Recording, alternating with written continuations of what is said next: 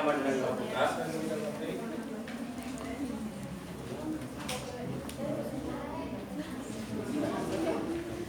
Ya, di sini ada latar belakangnya itu perkembangan dunia usaha saat ini semakin ketat. Hal tersebut dapat terlihat dengan banyaknya perusahaan yang ada dan menawarkan bidang usaha yang sama. Setiap perusahaan selalu memiliki satu tujuan untuk memaksimalkan nilai perusahaannya dalam memperoleh pendapatan jangka panjang.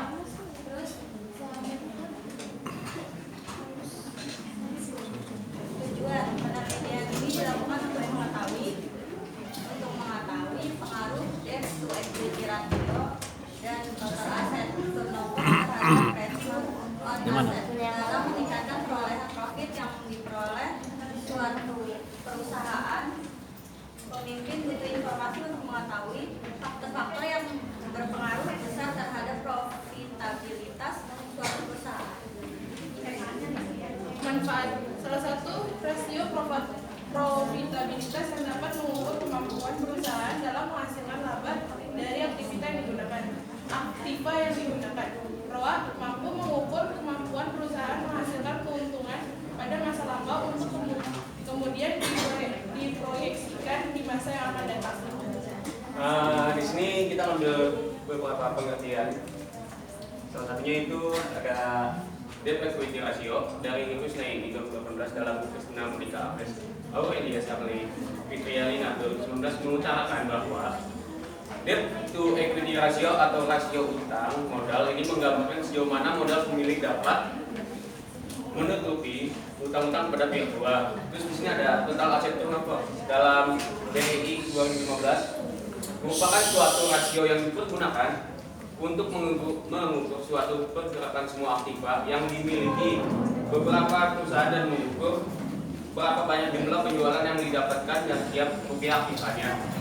Terus yang terakhir ada return on asset atau ROA dalam Medi Misran 2017 merupakan bagian dari rasio profitabilitas yang mengukur tingkat pengembalian atas aktiva. Profitabilitas merupakan hasil dari akhir sejumlah suatu kebijakan dan keputusan manajemen perusahaan.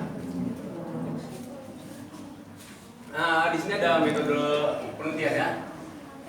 Jenis penelitian dan metode pengumpulan data kita itu menggunakan data kuantitatif. Dalam penelitian ini kita mengumpulkan data sekunder. Menggunakan data sekunder terus ada populasi. Populasi dalam penelitian ini adalah laporan keuangan tahunan perusahaan manufaktur yang sudah terdaftar di Bursa Efek Indonesia pada periode 2015 sampai 2018. Dan sampelnya di sini yaitu kita menggunakan digunakan dalam penelitian ini adalah berupa data laporan keuangan tahunan yaitu neraca dan laba rugi pada tahun 2015 sampai 2018. Uji hipotesis atau hipotesa adalah jawaban sementara terhadap masalah yang masih bersifat praduga karena masih harus dibuktikan kebenarannya. Berdasarkan kerangka pemikiran, maka dapat disusun hipotesis sebagai berikut. Yang pertama itu debt to equity ratio dan total asset turnover. Secara simultan berpengaruh signifikan terhadap return on asset pada perusahaan manufaktur. Debt to equity ratio secara parsial berpengaruh signifikan terhadap return aset pada perusahaan manufaktur. Yang ketiga itu total asset turnover. Secara parsial berpengaruh signifikan terhadap return on asset pada perusahaan manufaktur.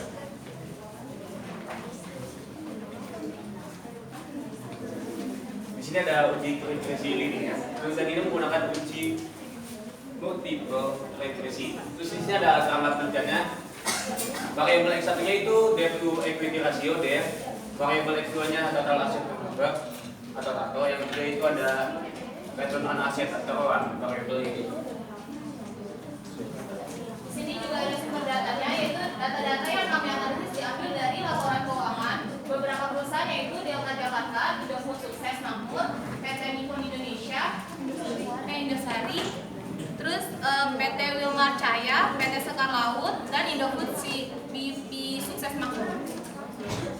Nah, di sini juga ada uji simultan. Uji F itu digunakan untuk memenuhi pengaruh secara simultan atau bersama-sama variabel bebas dan X1 atau X2 terhadap Y. Dari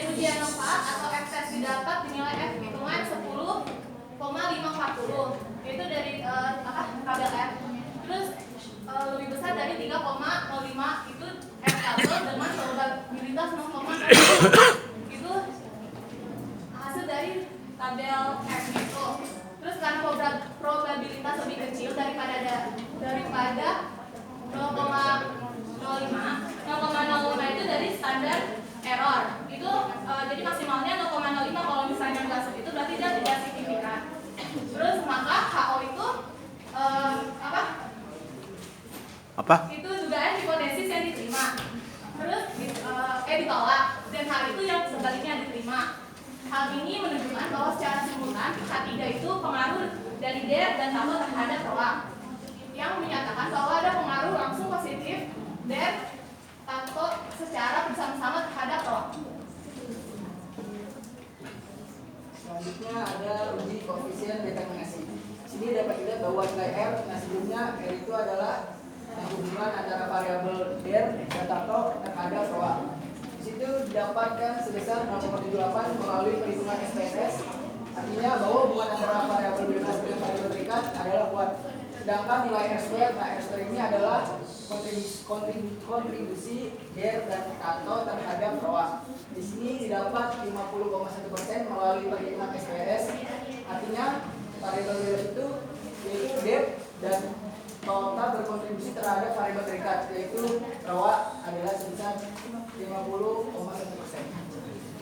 Selanjutnya di sini ada hasil yang pertama itu ada hasil uji hipotesis variabel DER terhadap ROA. Dari hasil uji ini secara parsial uji T signifikan yang terlihat pada tabel di atas bahwa variabel DER diperoleh nilai T itu sebesar minus 4,144.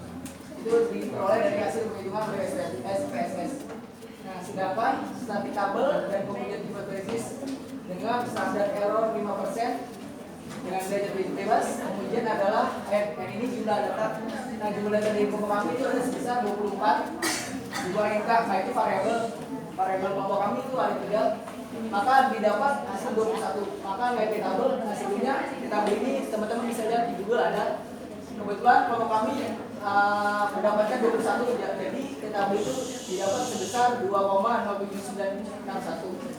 Nah, TI ini minus 4,144 lebih kecil di tabel 2,7961, sehingga dapat kita kesimpulan bahwa variabel bebas dia secara parsial memiliki pengaruh negatif dan signifikan terhadap ROA.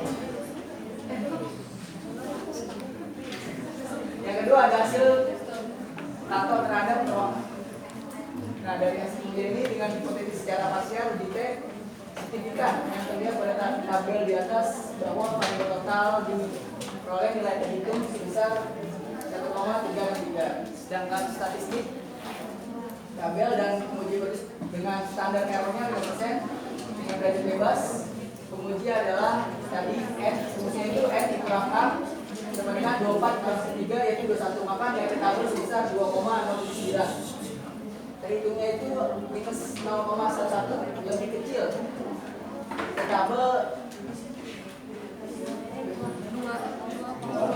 2,09, sehingga dapat kita kesimpulan bahwa variabel bebas total aset dan over secara parsial juga memiliki pengaruh dan signifikan terhadap ROA. Bahasan dalam penelitian ini secara parsial DER atau X1 memiliki pengaruh yang negatif dan signifikan terhadap yaitu non aset Y, di mana dengan nilai T itu lebih kecil dari tabel yaitu minus 4,1144, lebih kecil dari 2,07961, dan nilai signifikan yang lebih kecil dari 0,05. Total aset turnover juga secara parsial tidak pengaruh positif dan signifikan terhadap return on asset.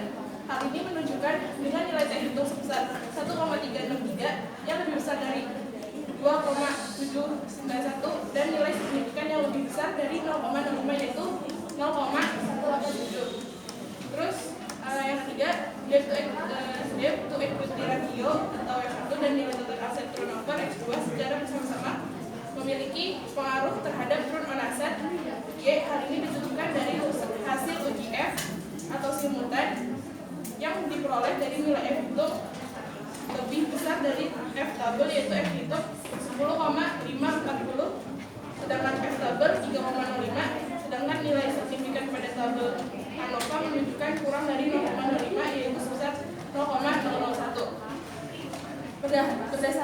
Berdasarkan hasil uji koefisien determinasi diketahui bahwa R2 adalah sebesar 0,501, jadi variabel bebas yaitu debt to equity ratio dan total asset turnover berkontribusi terhadap variabel terikat yaitu turn on asset sebesar 50,1%.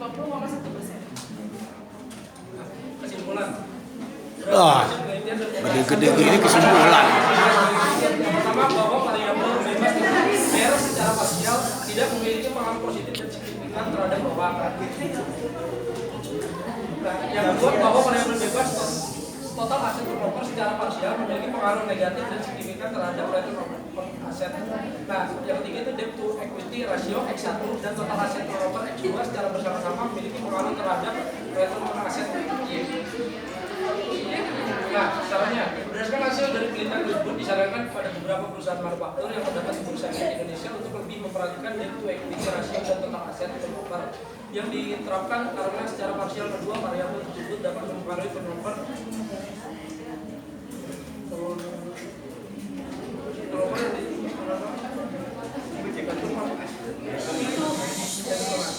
Nah, berdasarkan hasil dari penelitian ini disarankan untuk meneliti dengan objek yang lebih luas dan pengamatan yang lebih dalam agar dapat memperoleh hasil yang lebih jelas dan lebih tepat.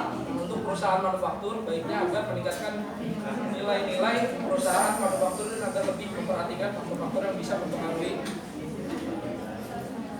suatu nilai bagi perusahaan manufaktur sehingga meningkatkan suatu nilai probabilitas